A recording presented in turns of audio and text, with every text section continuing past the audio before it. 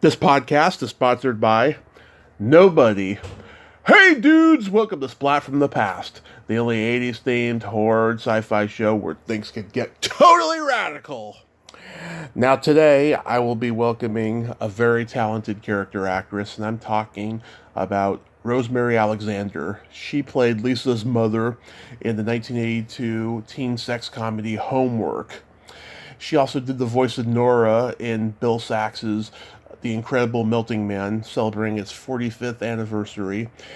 And she's been in a lot of stuff. You Light Up My Life, the notorious film, because everyone knows the theme song, but doesn't necessarily like the movie.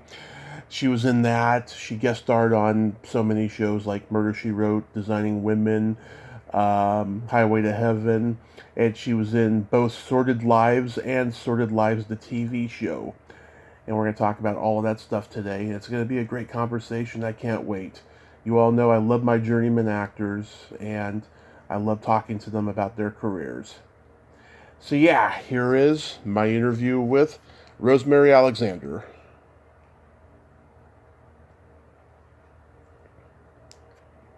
Hey Rosemary, welcome to the show. How are you today?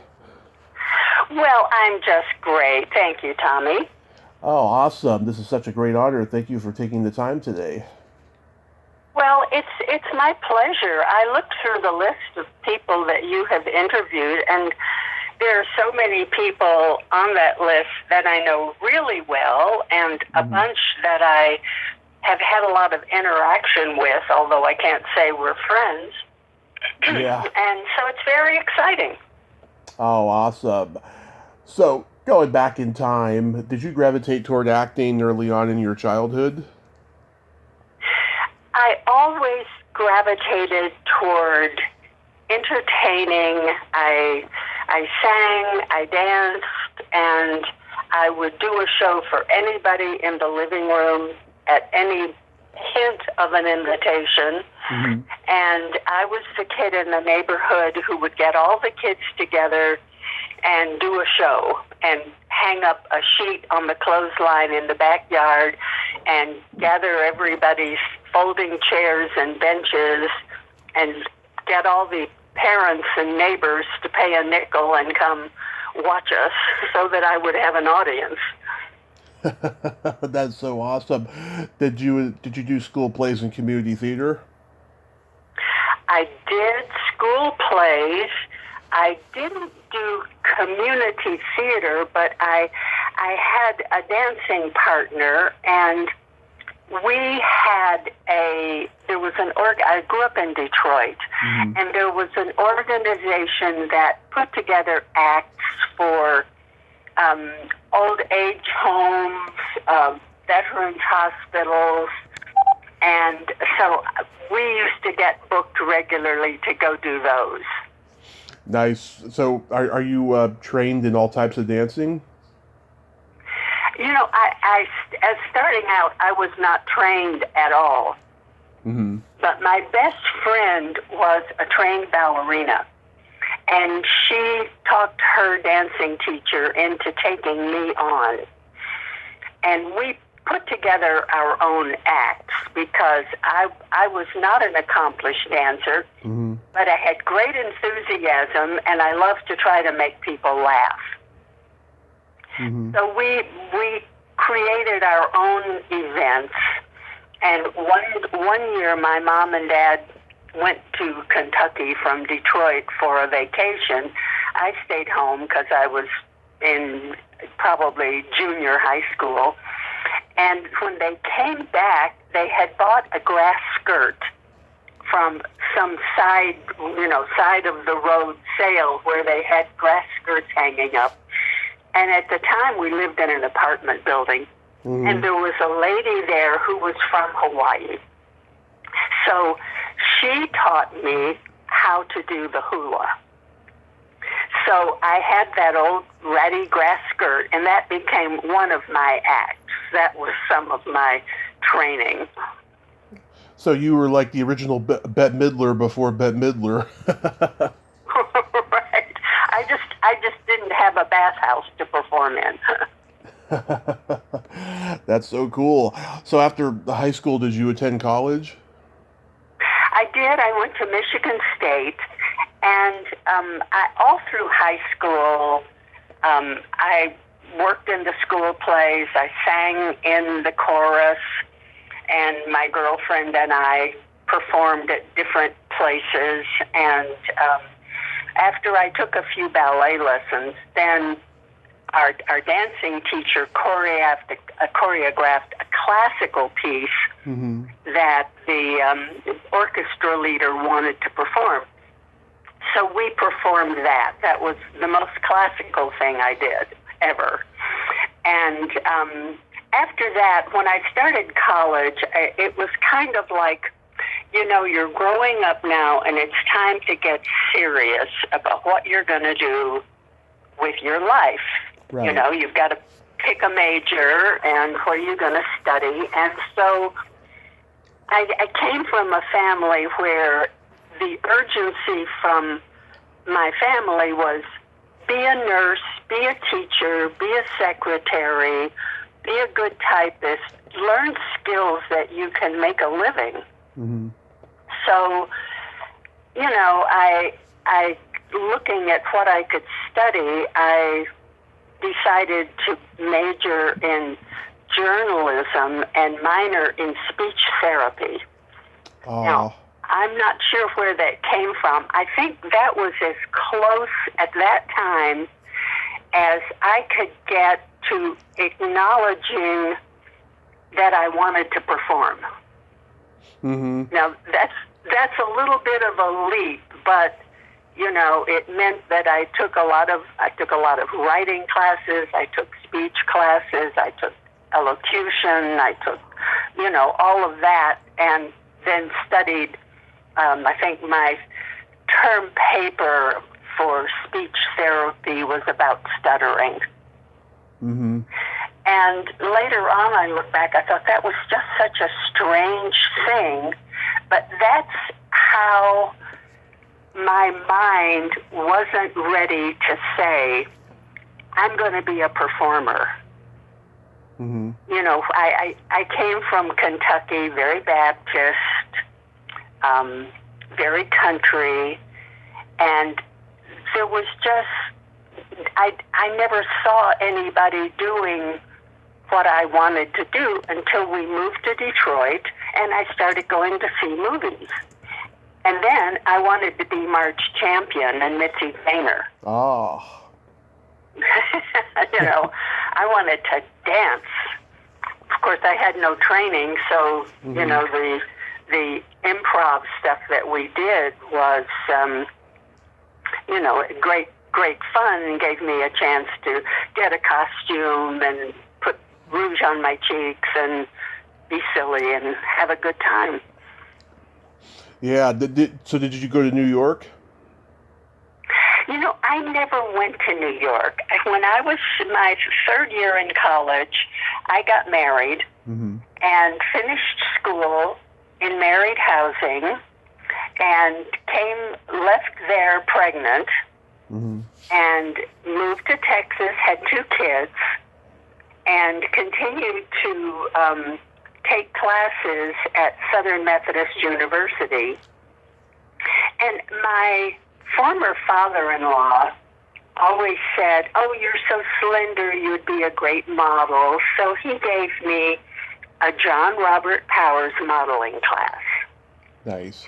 And which was great fun. I mean, all girls, I was, 19 or 20 at the time, like you love to really learn how to do your manicures and what's your best hairstyle and how to do makeup and how to walk on a runway and model clothes. And after that, it kind of, I thought, well, maybe this is something that I could do. And I had a little success at it. As soon as I started making the rounds and seeing people, I picked up a few clients and a few jobs, and somewhere along the way, somebody sent me to a local film company that did commercials and industrial films. And I took them a picture and went in, and they liked me because it was in Dallas, in 1964 probably, and I didn't have a Texas accent because I'd grown up in Detroit. So they said, "Oh, good, you could read this," and so I became a spokesmodel doing commercials. And at first, it was just great, a great day job, because I had, at that point, 2 little kids at home. But the more I did it, the more I heard of an acting class at the Dallas Theater Center, and I thought, oh, that would be fun. That would help me with my speaking. So I went and took a class, and of course, that was once I started working on scenes from Tennessee Williams and great writers. That was it. I was done. I was, from then on, it was doing all these modeling jobs to pay for my acting classes. Yeah. Did you enjoy modeling though? I did because it was fun. It was easy, and the money was, at that time, a good secretary made $100 a week, and I could make $75 in half a day shooting a little local commercial, or a print job. I did lots of print layouts, and it was bid at that point. When I moved to LA, I actually had a rate, but back there they would offer, they'd say, we have this thing, we're going to shoot the inside of a trailer, and you need to be like a young mom, and we'll have some kids, and we'll shoot all day, and we'll pay $500. So I'm like, oh, I'm all over it. Yeah. That's heaven. But always taking my acting classes, and which helped me a lot to get speaking parts. Even in commercials, you have to have some skill with delivering a message, and so it was all useful in the long run. Although at the time I still couldn't think beyond doing commercials and doing print stuff in Dallas. And after a few years of that, I got into a few plays. I started auditioning for community theater, and that lit my candle. Then I was very excited about that, and about learning, and about growing as an actress. And in 1973, I guess, I divorced my first husband and met Rosemary Alexander, who's been my husband for the last 50 years. Congratulations. And thank you. And he was directing commercials and industrial film. We worked together a couple of times, got along very well. We're friends for 5 years. And one day we just, he put his arms around me, and it wasn't meant to be a hug. We were on a set, and they were moving the camera, and there were some cables, and they needed us to move back a little bit. And so he was producing the spot, and he was back there, and he just kind of reached up and put his arms around me to pull me back out of the way. And when he did, this electric current flew through me, and evidently through him too. So that was the beginning of a very wonderful relationship with him. And he was not happy with himself as a director. He he's not a good producer, although he produced a lot of stuff. And he was starting to direct, and he said, I had this actor, and I just wanted him to say, I even like the carrots. And he couldn't do it. He said, we did like 40 or 50 takes, and I'm giving him line readings, and he's still sounding like he's yelling something off a bridge. Or he said, I couldn't get through to him. And I said, well, you don't know anything about acting. Maybe you should come to my acting class and see how it feels, when you're on the spot to do that. And he did. And so that was the end of his career as a director. He decided to become an actor, too. Oh, that's cool. So once we made that decision, then it was kind of like, well, what are we going to do? If you want to be an actor, and I had done a job in Los Angeles, and I had decided, 2 or 3 years before that I wanted to move to LA because I could see that's where the work was happening. Right. And, when he said, I'm going to be an actor, and I said, okay, then let's go to California. Let's move to Los Angeles. And he said, okay. So we packed up together our 5 kids and moved out here and started our careers as actors. Wow. What year was that? 1973. Wow. So you had 5 kids by that point? We did. When we got together, he had 3 from his first marriage. I had 2 from my first marriage. And we decided that we would raise them all together. Wow, because I was going to say, if you had 5 biological kids by that point, there needs to be an award for your uterus. No, two was enough for me. After the first 2, I realized that I had stronger career goals than I thought I had. Mm-hmm. Oh, so, I decided that was enough children. More acting classes, less children. Yeah. Yeah, my mom, she had 4 miscarriages between me and my brother, and oh boy, they were all boys, and she would have had 6 boys, but I always joke and say, yeah, I'm the other 4, I'm a handful. That explains a lot, right? Exactly, yeah. So the first movie on your IMDb is You Light Up My Life. Was that a standard audition for you? That was a fun job because it was the first film that I worked on in Los Angeles. And I'm trying to remember how I got the audition. I don't think it was, I had an agent, but somehow I think it was from somebody that I was in an acting class with who knew the director and had brought in a few friends to audition. Mm-hmm.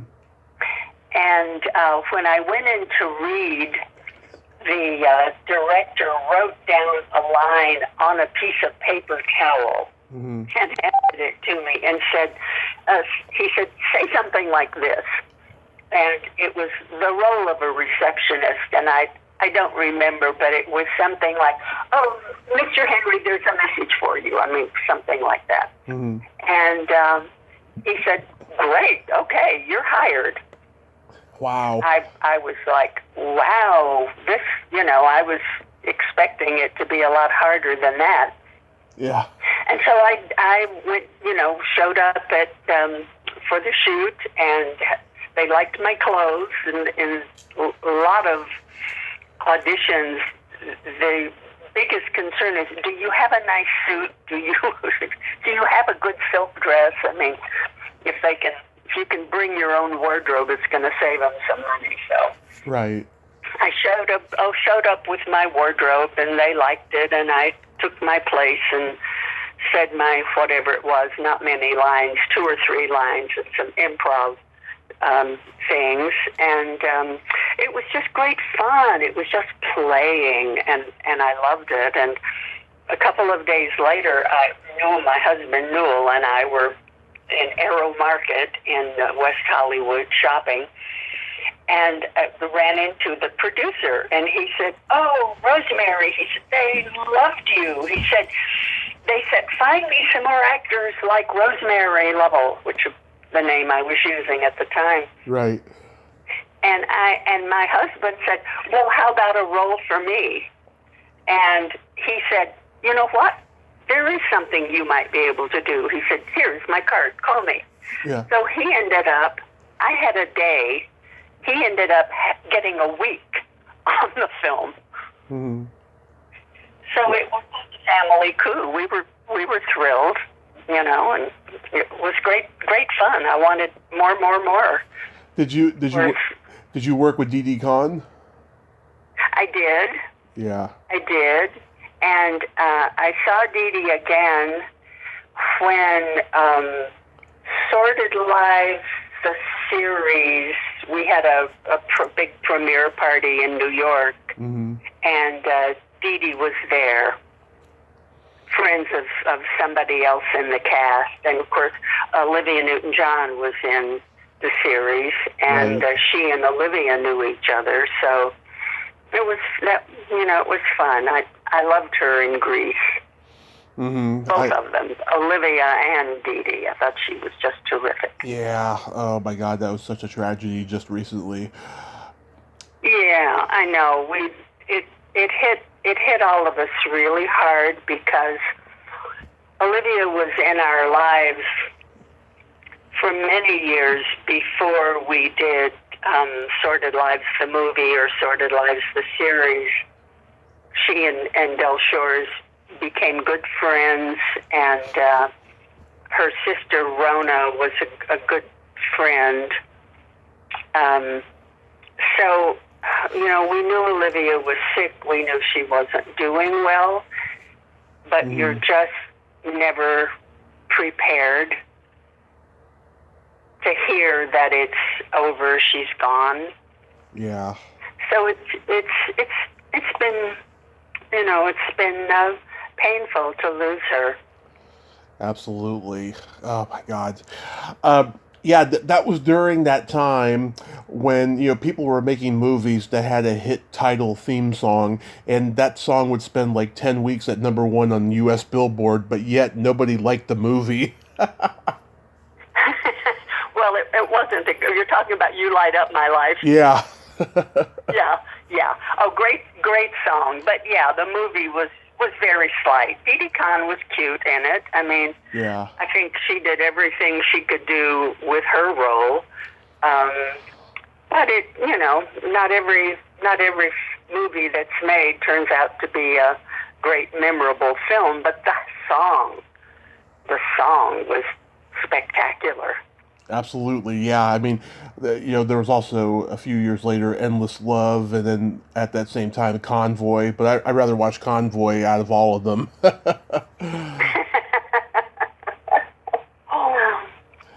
So you and Newell got to provide voices for The Incredible Melting Man. How did that come about? Yes. We had a friend who was editing what had been shot for The Incredible Melting Man, which turned out to be even worse than You Light Up My Life. Way worse. It turned out to be just this really, I think in some places it was just voted like the worst movie ever made. But our friend was editing it, and he called us in to do some voices. I think Newell, the man the actor who had done the role of the Incredible Melting Man, Newell revoiced all of his lines. And then they hired Newell to play another character, so somebody had to voice his lines. because he was doing The Incredible Melting Man. I think I did a dispatch agent, and as I remember, I got the only laugh in the show for my voiceover. Nice. Yeah. It's always fun to work. Yeah. I've talked to Bill Sachs a few years ago. He's a force of nature. Nice guy though, and Janice Blythe, who played Nell in the movie, she's been on here 3 times. She's a lot of fun. And Jonathan Demme played her husband in the movie. Of all people, Jonathan Demme. Oh my gosh! Wow. Yeah. there was like I think it was like near the end of his tenure at Roger Corman's studios and stuff. Right. Yeah, it's funny how it's such a small world back then. Everybody knew each other in town. It was more that way in the past. There were so fewer actors in the market. Mm-hmm. For years, when we first came to LA, we came out here knowing that we could do what we had been successful at in Dallas, which was commercials, industrial films, print work. And so we got a print agent, a commercial agent, and targeted that while we were taking classes at the Actors and Directors Lab with Jack Garfine, who who worked with Harold Klurman in New York. I mean, this distinguished old Stanislavski teacher. And we used the commercial work that we could get, because in those days there was a fairly small market of actors who did commercials. Mm-hmm. And not a lot of name actors at that time would deign to do a commercial. Later on, they figured out it was very lucrative and, jumped in. But in those early days, they didn't. The people who considered themselves to be serious actors, they, were, and because they had been around and had a lot of experience, many had come from New York theater. Right. And so we just honed in on commercials and,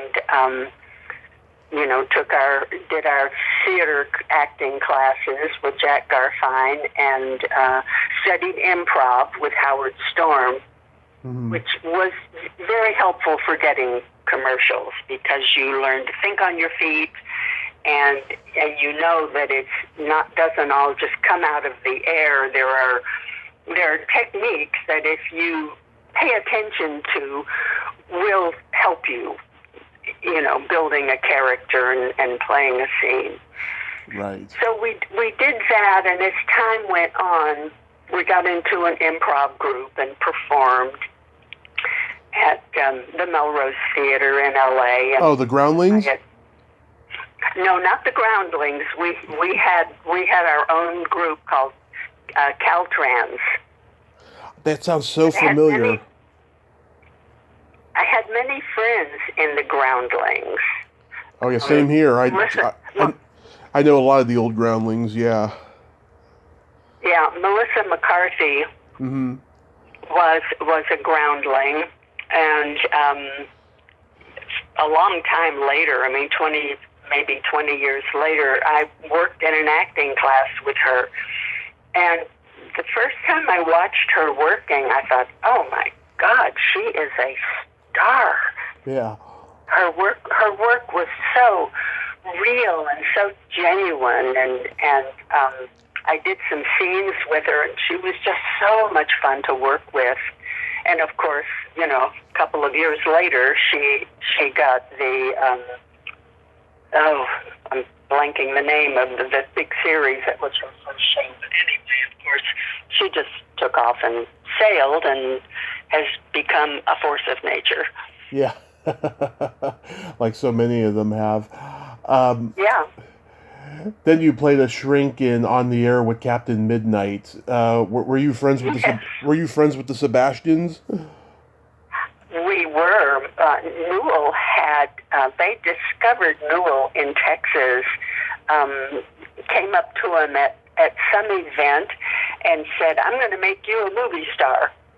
Oh, Beverly Sebastian was this redhead, just this heavy, power, dynamic woman, and her husband, Ferd Sebastian, is the cinematographer, very artistic, very quiet, but they were a great team, and they made dozens of B-movies, Flash and the Fire Cat. The Hitchhikers. The Hitchhikers, yeah. And because they had known Newell from Texas, they called him in to do a role in one of their films, and they gave him a script, and I read the script, and I called, and I said, "You don't really know me as an actress, but I'd like to come in and read for you and show you how I see this psychiatrist." And they said, "Okay, great." And we set a time, and I put together a look and learned the lines and went in and read for them, and they said, "That's great, you're hired." So we did that film. Forgot what Newell played in that, but anyway, he worked in all their stuff too. Yeah, the ironic part is there was a disgruntled employee at HBO who hijacked the airwaves for a couple hours back in 1986, and his calling card was Captain Midnight. And I don't know whether or not this movie was being shown at the time, but it's just so ironic that when I saw the title, I was like, there's a movie called Captain Midnight? I did not know that. I just knew about that thing that happened with HBO. Right. Yeah, I don't know if there was it a DJ who was playing Captain Midnight? Yeah, I think so. Yeah. In the movie, one of the Sebastian's sons played Captain Midnight. Yeah, there was a lot of filmmakers in Texas in those days that were coming to Hollywood and making films and stuff. Charles Pierce, I interviewed his daughter last year, and Jim McAuliffe, whose son just passed away, and stuff. It's funny how that happened too. It was like Texas had an organic indie film scene. Well, here's an interesting thing. We worked in an acting class for a couple of years with Quentin Tarantino. Really? And he used to come to our he was very young at the time, and in those days we had lots of commercials on the air, and actors who were struggling and trying to get something going were like, "How do you do that? How do you get those jobs? That's great." Right. And Quentin was like, he liked our commercials. He would quote lines and sing jingles from things that we had done, and and then years later, Newell formed a voiceover group that did a lot of looping and post-production voices. So he worked on Kill Bill 1 and 2. Oh, really? And spent some time with Quentin, and Quentin would tell everybody, these guys were big stars. They were big commercial stars when I met them. And one day he came in and he said, "Newell, you worked with the Sebastians." And Newell said, "Yeah, you know them?" He said, "I know every one of their films." Yeah. and that was, I think, Quentin's, the power of his success is that he loved films, all kinds of films. He worked in a video store for a while. Yep. And he went to school on every film that he saw, and he knew the Sebastians had made all those B movies, and after they had four-walled them, which means they take them to a theater and play them and stand there with a clicker, and when people come in, click, so they know how many people are in the audience to get their cut of the box office. And so he knew that they had made a lot of money, because after they four-walled their films, and paid for them, that way, because they used to make an ad campaign to raise the money to make the film. Right. So they do a big color poster, with she was trash, white trailer trash, they would do big exploitive banners, and after they had wrung every penny out of all of their films, they sold them to, I think it was Paramount, for $3 million. They came by the house waving a check. So Quentin knew that. He knew them. He knew their history. Yeah, he just started a podcast where him and Roger Avery talk about, classic obscure movies that they discovered when they were working at the video archives. And I was surprised to find out that there's certain movies Quentin never saw from the past that I was just like, wow. Yeah, I love listening to it. I usually don't listen to self-proclaimed movie historians do podcasts because a lot of them are idiots, but I'll listen to Quentin Tarantino and Roger Avery because they know their shit. They really do. Right. Yeah. And yet there have been so many movies made, and now it's like there's so many made all the time that keeping up with every single one pretty hard. Yeah. Yeah. Oh yeah. Yeah. How do you get cast in Homework? Homework was directed by the same friend who had edited The Incredible Melting Man. Oh, okay. James Beshears. James Beshears, yes. And so Beshears called us in to audition for that, and we both got roles in it. I think some of our kids worked as kids in the school. Right. And it was fun. And then, the original Homework was a kind of sweet, slight film about a junior high school group of kids who, put together a band and, the trials and tribulations of being an adolescent and trying to have a band and play music and all of that. And it wasn't a big, exciting film, but it was very sweet. I mean, right. It's just a very small but very sweet, introspective film. Carrie Snodgrass was in it. Yep. Some very good actors. Joan Collins. And, well, that was the second version. Yeah. It didn't make a lot of money, so they recut it because so much of it was very good.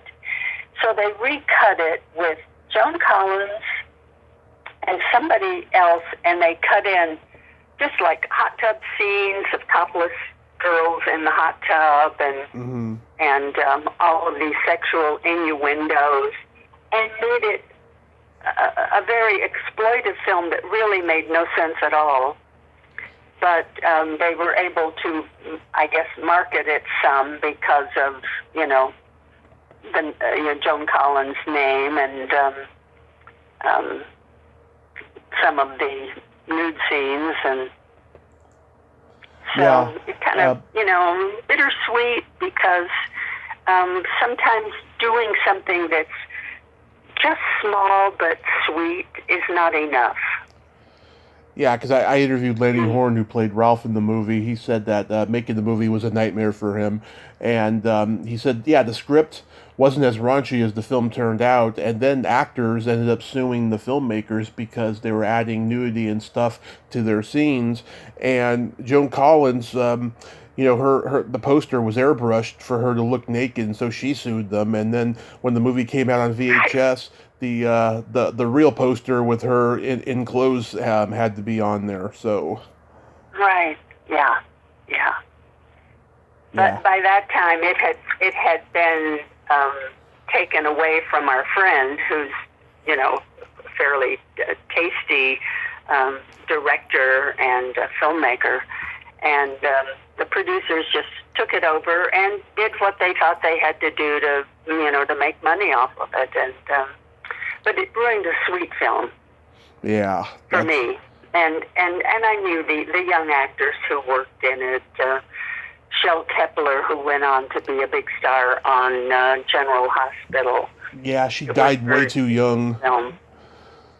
Yeah, she died way too young. Way too young, and she had kidney disease. Her brother had it too. Oh. I haven't heard, but all of the time I knew Shel, we expected her brother to die. Oh. At any time, because he was so sick.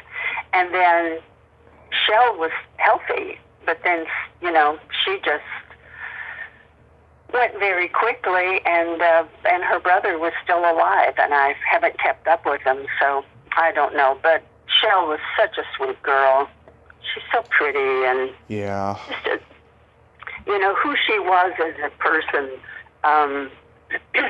was so different from her image as the little blonde bombshell. Yeah. She was a very sweet, gentle person. I don't look at Marilyn Monroe, I mean, that often is the case. Yeah. Yeah. You guest starred on Knots Landing, where you played a lady in a bar. How was that? That was fun. It's fun. It was a rompy show, and I liked it. But the fun part for me is I had auditioned for Knots Landing a couple of times, and I didn't book roles that I thought I had killed the reading. And I asked my agent, I said, would you call the casting director and ask her what am I missing here? Mm-hmm. And so she called back and she said, well, they just didn't think you had enough of a country accent.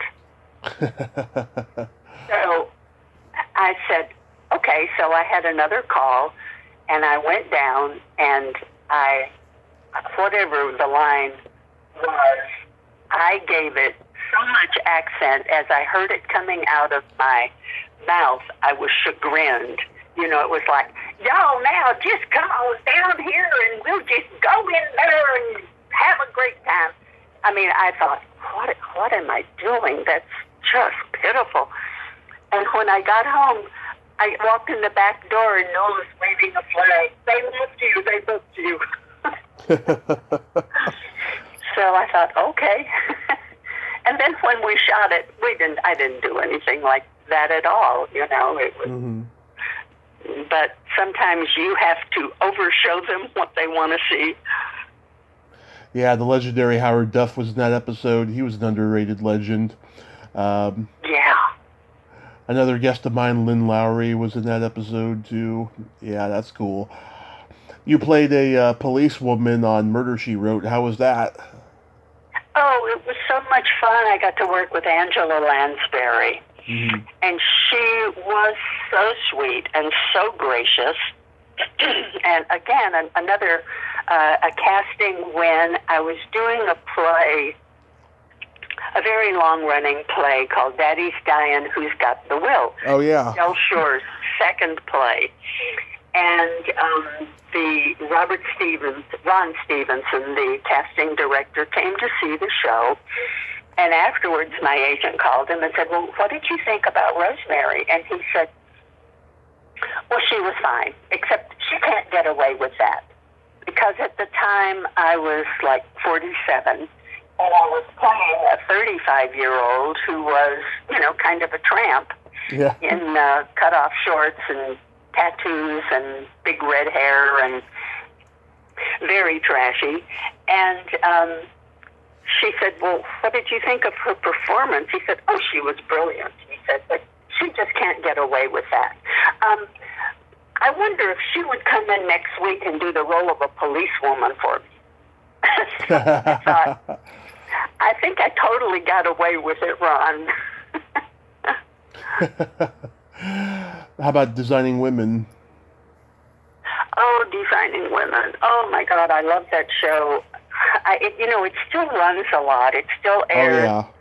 late night, and I get messages on social media all the time. Saw you on Designing Women, and it just all of those actresses on that show were so good. At the time, Delta Burke was having trouble with the producers. I think they were on her about her weight, maybe.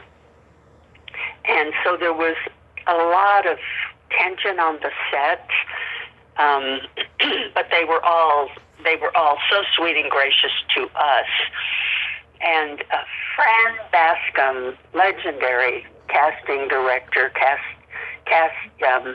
Designing Women, and we had many social opportunities to be with Fran, and liked her very much personally, aside from wanting her favor because she cast a lot of great shows. And so she, after we were hired to do the show, because Nora worked on it too. He worked on the same episode. Fran called and said, "I know you guys know a lot of actors." She said, "We're just crazy trying to find an Elvis look-alike who can sing and, do a part in this role." The episode we did was called EP Phone Home, and the girls get in their car and they drive to Graceland for a weekend. So we knew, strangely enough, an actor who was a very serious student at the Actors and Directors Lab when we were studying there with Jack Garfine.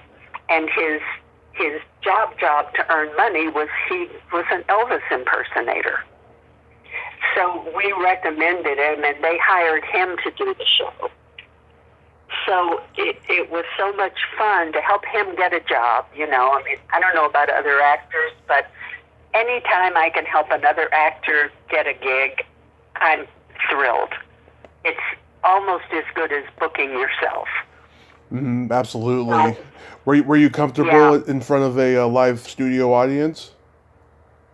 It was filmed, yes. It was filmed in front of a live studio audience. We rehearsed on the stage for, I think, Monday we did a table read. Tuesday, Wednesday, Thursday, we rehearsed on the set. And then on Friday evening, we performed it for a live audience and taped the show. Then you did a 2-part episode of Highway to Heaven. Everyone tells me that Michael Landon was really this guy. He was like a spiritual advisor to everyone. He was such a dear. My kids knew his children. They went to school together. And so I kind of knew him as a dad as well as an actor, and I always, who doesn't love Little House on the Prairie? And then when he did Highway to Heaven, I watched it, and I loved his work, and I always heard how sweet he was, how nice he was to actors. And when we filmed my episode, I played a nurse who had PTSD from being in battle and seeing people killed.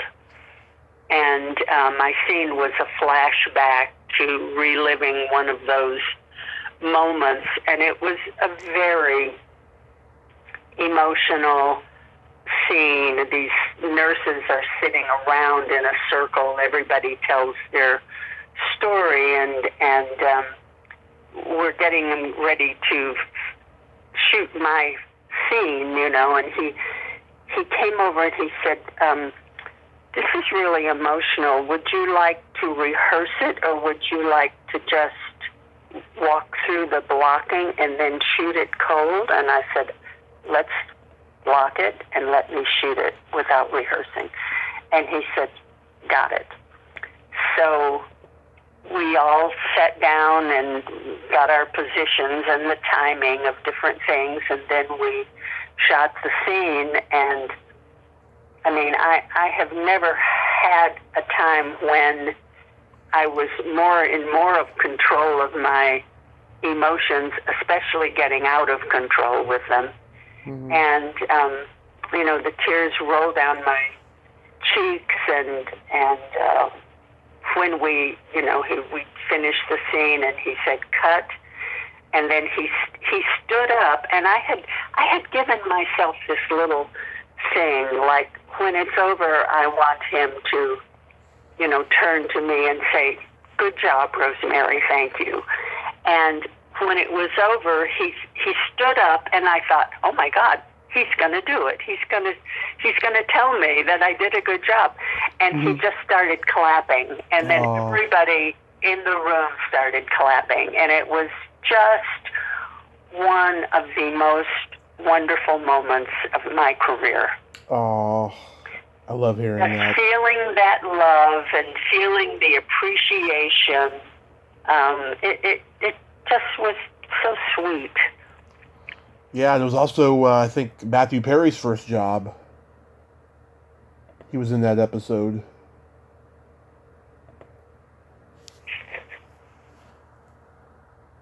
Hello? Yeah. I'm here. Okay. I'm here. I was listening. I didn't understand. Who was in that episode? Matthew Perry from Friends. Oh, yes. Oh, I didn't. I only worked with the nurses, so I didn't meet him. I may have had lunch with him, but I didn't realize. Wow. Yeah. So, Sordid Lives, that was a Del Shore play, so he just offered you the part when he got the green light on it? He wrote the part for me. Nice. When Del first came to town, he saw me and Newell. We do so much stuff together. That way, it's more fun for us if we're working together. He saw us in a country musical, That Other Woman's Child. Barry Pearl, who was in the original Grease. I know Barry. Yeah. Mm-hmm. And you've interviewed him, haven't you? Yes, I have. Yeah. So Barry was in the show, very, very skillful, very, very funny guy. Mm-hmm. And there was an understudy for the young man who played my son, and he happened to be Del's roommate at the time. Mm-hmm. He only went on 2 nights. One weekend he went on and did the role of my son. Mm-hmm. And, of course, Del came one night to see him, and then afterwards came back and met us and said, oh, Rosemary, I thought you really nailed that Southern woman. And, so we met and knew each other. And then he wrote his first play, Cheatin', mm-hmm. and hired Newell to do a role in it and asked me to understudy Newell. The role was a singer-songwriter, bar owner. And he's kind of his character Sid, and Sid is kind of the narrator of the show. He stands behind the bar and he sings a couple of songs and comments on everything, kind of transitions a lot of the scenes. So I did that, and boy, does it pay to understudy for Del Shores. If you understudy for him and do a good job, he never forgets. So mm-hmm. when he wrote his next play, Daddy's Dying, Who's Got the Will, he cast me in that, and then I did another play for him, Daughters of the Lone Star State. Uh-huh. And after that, he wrote Sordid Lives. And he called me one day when he was writing. He said, I'm writing this new play. And he said, I'm writing the role of this snitty psychiatrist. He said, I just think you could kill it. He said, but I'm just wondering, would you be willing to take your bra off on stage? Mm-hmm. And I said, of course. Because knowing Del, I knew that what he had in mind would be for the sake of getting a laugh, or that it wouldn't be prurient or, in bad taste. Yeah. So sure enough, I did the role, and we rehearsed it so that, 99% of the time I had my back to the audience. And it's funny because we did our first tech rehearsal and we had audience. Now, Leslie Jordan, my scene was with Leslie Jordan, who's, right, as you know, the funniest person in the world. And when I took my bra off, the audience stopped laughing. Wow. Very quiet. And it was quiet the rest of the scene, which, it was meant for people to be screaming all the way through it. So, somebody said, I've forgotten, I think it was Rex Knowles, who was a great producer and actor in LA at the time, said, it makes the audience uncomfortable. He said, it's like lighting a match. Mm-hmm. Said it creates a little danger, and so everybody starts to be careful and watch. So I said, well, maybe if we do the scene, but I just keep my bra on, mm-hmm, and parade around, and we did that, and it worked great. I mean this respectfully, Rosemary. You have world-class knockers, I have to say. Well, that's why Del asked me if I would do it. He said, I know you've got good ones, and he said, I hope you'll show them. So, when we did the movie, then he said, we got to go for it in the film. So, and that was a fun experience. It was a little challenging, a little daunting to be on in the theater, there's a feeling of safety on the stage. You're surrounded by light and your fellow actors. Right. But when you're shooting a film, you're surrounded by a film crew and other people who are, coming in and out, producers, coming in and watching the scenes, watching what's going on. Sometimes people who are just in the building peek their head in and start to, curious about a film set. And, but I said, I'm just going to play the scene. That's all. And that I went in the bathroom and I practiced. Mm-hmm. How am I going to do this so that I look my best and, at the same time it doesn't feel prurient, that it's just what the character would do. So I found what I thought would look good, and we actually did it in one take and then a couple of pickups. So yeah, when you see like a supermodel type or a porn star type, getting naked, of course it's going to be titillating, right? But when you see a well-trained actress like yourself getting naked, it can actually be quite funny, because you think your jaw drops and you think to yourself, "Oh my God, am I really seeing this?" It's hilarious, to see that, because you just don't expect to see it, Right, and the character is neither sexy nor glamorous. She's just this doctor, and so it's shocking, it's surprising, and that's the moment. And of course, Leslie Jordan's reaction, yeah, is what sells it and makes it, even funnier. So yeah, because what a gift it is to work with him. Yeah, oh, he's the best. God, I just laugh every time I see him. Me too. He always, when he's just talking to you, you just smile, you giggle. He's funny. He has a gift. Yeah. And Olivia Newton-John, so working with her on set was great overall? Oh, it was so much fun.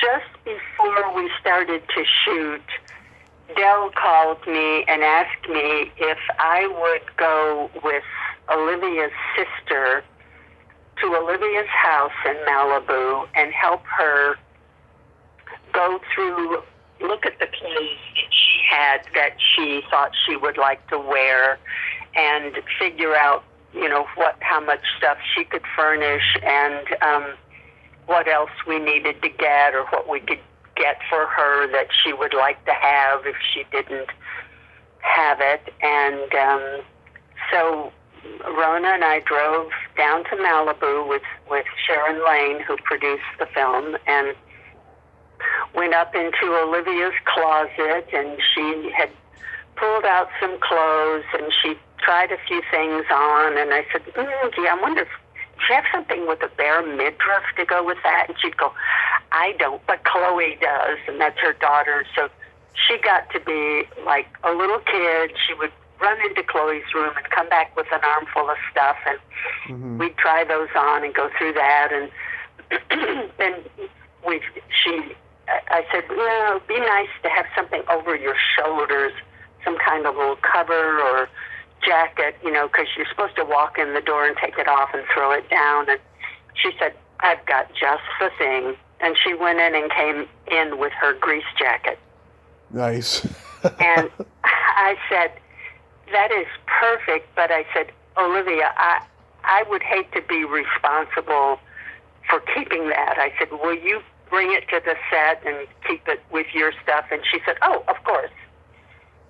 So she just was a great team player, so sweet. And we went to Fred Siegel's down in Malibu and looking for a leather mini skirt for her. And they didn't have her size. But the next morning, I went over to Wilson's Discount, leather discount store, and found the exact skirt in her size for $10. And I took it back and I showed the producer and I said, don't tell Olivia it only cost $10, because it was like $300 at Fred Siegel's. And she said, oh, she'll love it. So she goes, we go over to Olivia's trailer, knock on the door, and we said, here, Olivia, try this. We found a skirt. And Sharon said, yeah, and Rosemary got it for $10. And Olivia said, I love it. So she put it on, and sure enough, it was a great fit. Just team player, just, whatever.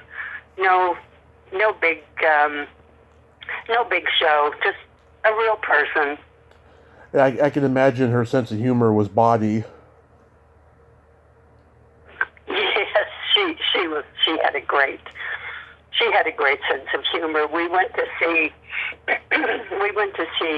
Del do a stand-up act one night at Uncabaret, and Rona had actually called and said, Olivia wants to go to the show, but she doesn't want to go by herself. And she said, would you guys meet us down there? And I said, of course. So Noel and I drove down, and when we got there, Olivia was already there. She had come in early, and they had discreetly put her in a booth kind of back around out of sight, so she wouldn't be bothered. And we sat down and had dinner, and then we went in to see Del do his stand-up.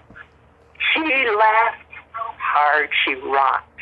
She squealed, and when it was over, she said, my face hurts. She said, boy, I needed that.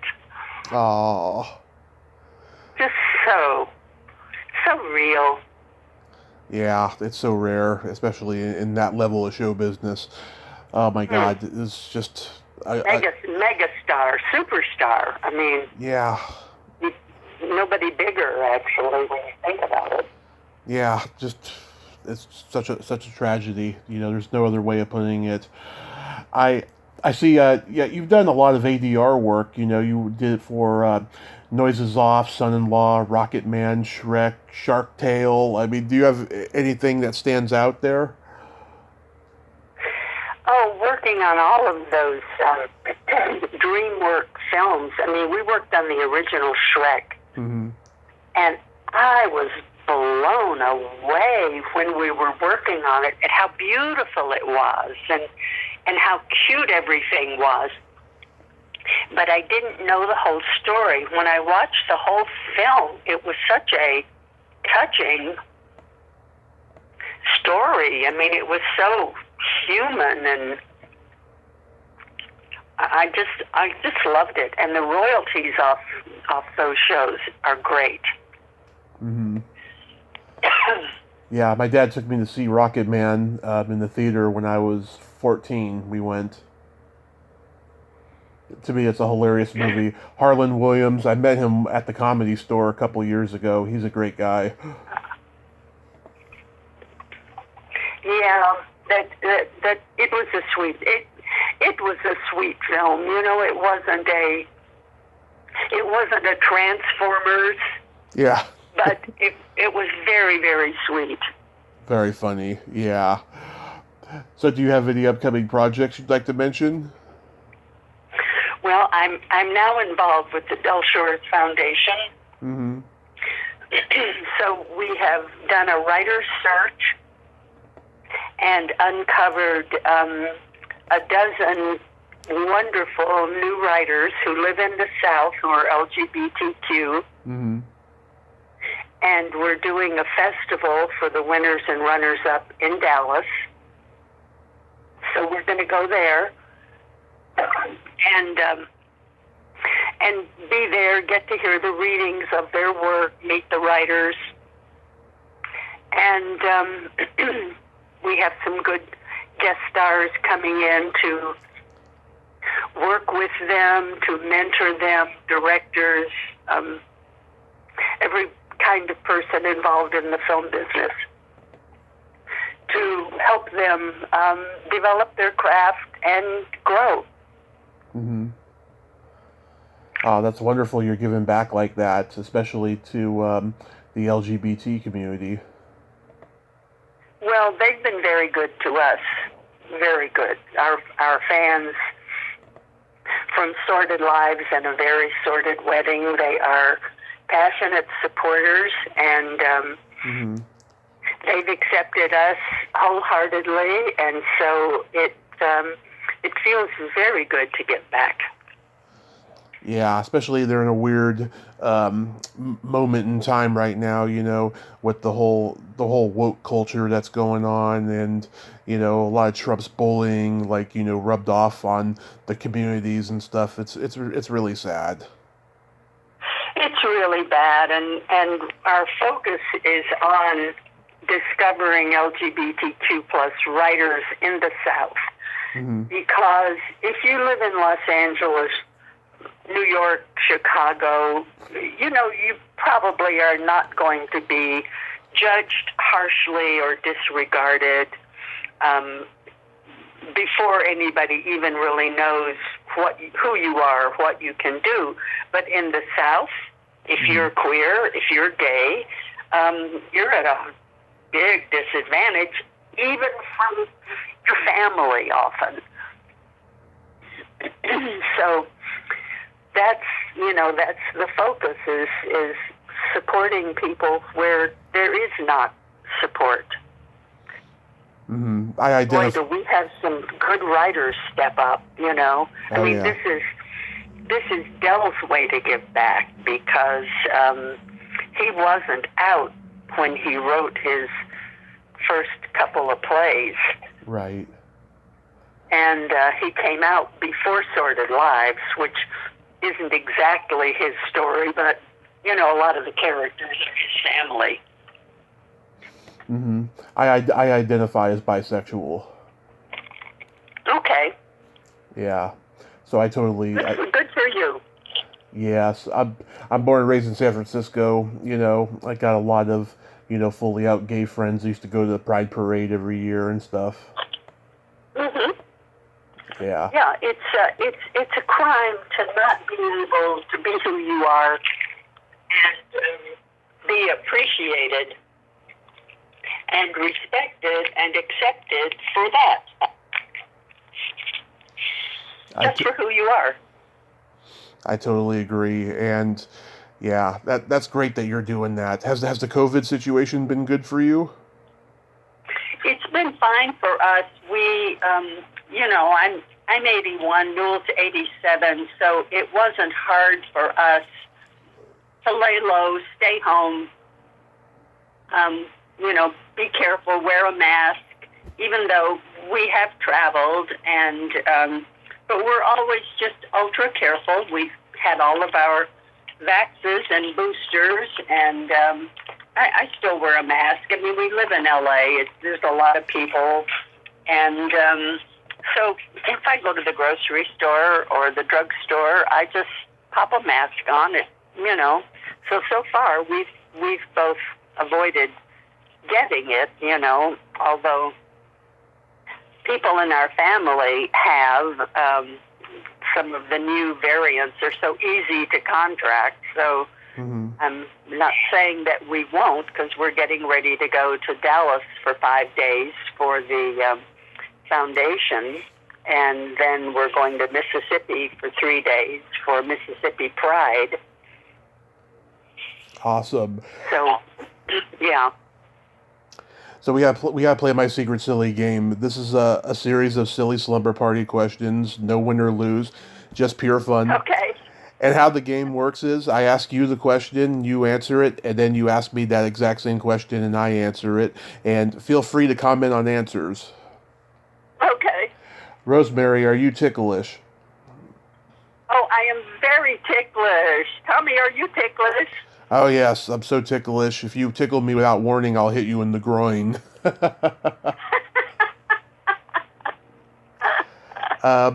What's your favorite part of the body? And it can be anything. My favorite part of the body is shoulders. I love shoulders. I love broad-shouldered men, and I love women who are good dance form and keep their shoulders down. Tell me, what's your favorite part of the body? Oh, you would like my shoulders. I have very nice shoulders. My favorite part of the body is the belly button. Good one. Yes. Even if it's full of lymph. Oh, yeah. What color are your toenails painted? My toenails right now are iridescent mauvey pink. I had to go to a wedding, so they're very fancy. They're not always that fancy. Tell me, what color are your toenails right now? Right now they're not painted, but last time they were purple with sparkles. Okay, sparkles are good. I'm all for sparkles. Yes. I never met a sequin I didn't like. Yeah, I wouldn't mind seeing that pink that you have. I like pink colors. Yeah, this is really special. It's really a good color. Expensive, but worth it. Yeah. What would you say is your best personality trait? I think my best personality trait is my sense of fun, my sense of laughter and having a good time. I agree. You're a lot of fun. Thank you. Tommy, what's your best personality trait? I have empathy and I have no filter. Oh, two good ones. Dangerous, but good. Yes, especially since I'm a Gemini. I could be sweet one moment and I can be bawdy the next. Yep, there you go. Dual personalities. Yep. And then my favorite question, is there a stinky smell that just makes you gag? Stinky smell that makes me gag. Almost every perfume. Perfumes just, fragrance does not work for me. They just make me kind of nauseous. Huh. Tell me, what stinky smell makes you unhappy? Either farts or feet.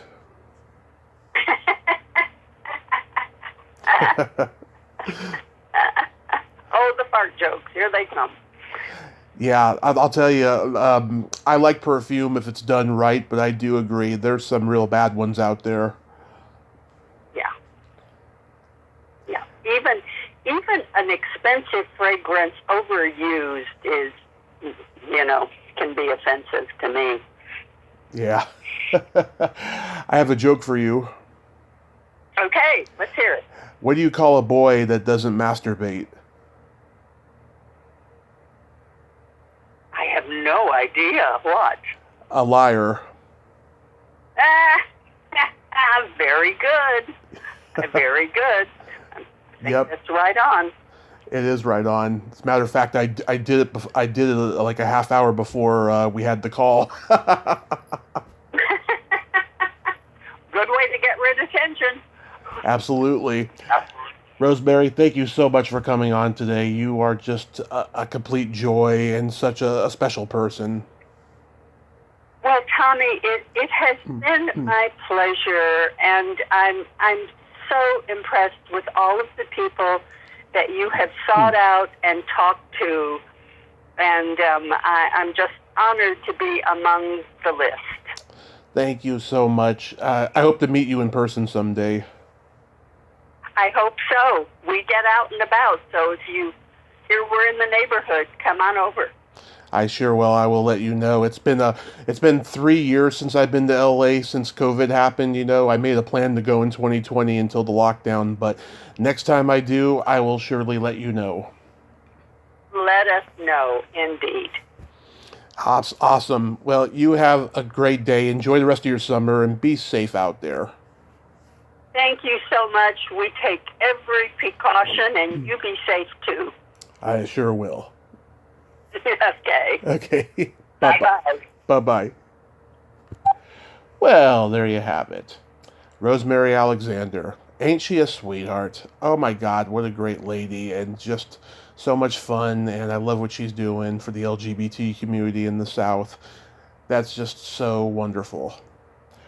Well, before I go, I'd like to say, I forgot to say this at the top of the hour, happy birthday to my lifelong friend, Mary Hicks, who I've known since high school. I've seen her belly button more than anybody's. I just truly adore her. Happy birthday, Mary. Love you, darling. Well, until next time, this is Tommy Throwback Kovac saying, there's no shame in living in the past, because the present sucks. Later, dudes.